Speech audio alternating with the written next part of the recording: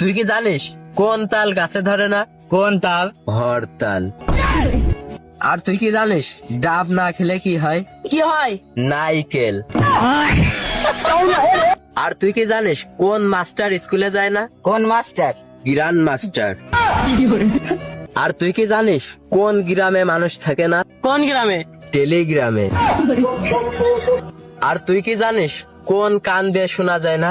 কোন কান? দোকান।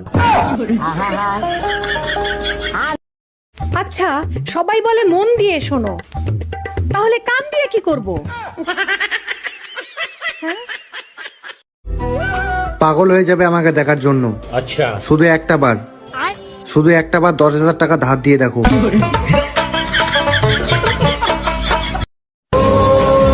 কিম সাহেব, আপনার কি মনে আছে লিডার সাহেব একবার আপনাকে আপনার প্রথম ভালোবাসা নিয়ে কিছু বলতে বলেছিল? তখন আপনি বলেছিলেন এটা ছিল বৃষ্টি ভেজা গান শোনার প্রথম দিন। স্কুল জীবনে আমার খুব পছন্দের একটা মেয়ে ছিল। আমি সেদিন ভেবেছিলাম তাকে ফোন দিয়ে ইমপ্রেস করব। অবশ্যই সেদিন আমি তাকে অনেকবার ফোন দিয়েছিলাম, কিন্তু আফসোস সে আমার ফোনটি রিসিভ করেনি। তখন আমার অনেক বেশি কষ্ট লাগে এবং মন খারাপ করে বাড়ি ফিরছিলাম। তখন আমি হঠাৎ বৃষ্টির গানটি শুনতে পাই। সেই মুহূর্তে আমার অনেক ভালো লাগে। তারপর থেকে যখনই আমার মন খারাপ হয় আমি ওই বৃষ্টির গানটা শুনে নিজেকে ঠিক করি।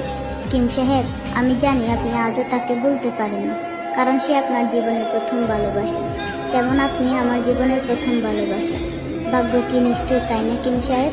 সে আপনাকে পেয়েও চাইল না, আর আমি আপনাকে পাবো না জেনেও আপনাকে পাওয়ার যুদ্ধে নেমেছি।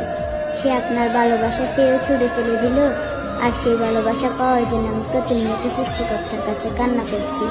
আপনি তাকে চাইলেন, কিন্তু সে আপনাকে চাইলেন না।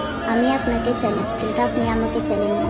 জানেন কিম সাহেব, প্রসঙ্গ যখন কপাল পোড়া, তখন আমরা দুজনেই সেরা।